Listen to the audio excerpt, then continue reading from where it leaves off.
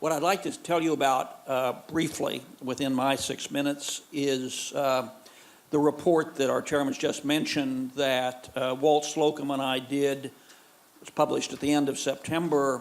Walt is former Undersecretary of Defense for 8 years during the Clinton administration. I'm a well-known Republican. And so we wanted it, as the ambassador just said, for it to be both sides of the aisle. And we looked analytically at the question of whether Israel is a strategic asset, as analytically as we could. We discovered in preparing this report, which is about 6 months or so in the making, that the argument that the ambassador just made, in fact, eloquently, is not in most of the defenses of the U.S.-Israeli relationship made in the United States.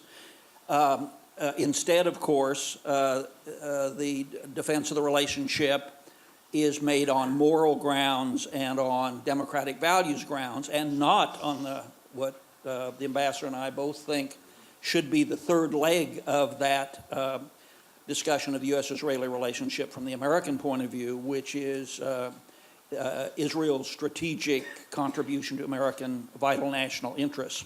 So we published this report, and as I say, I'm not going to go over the details.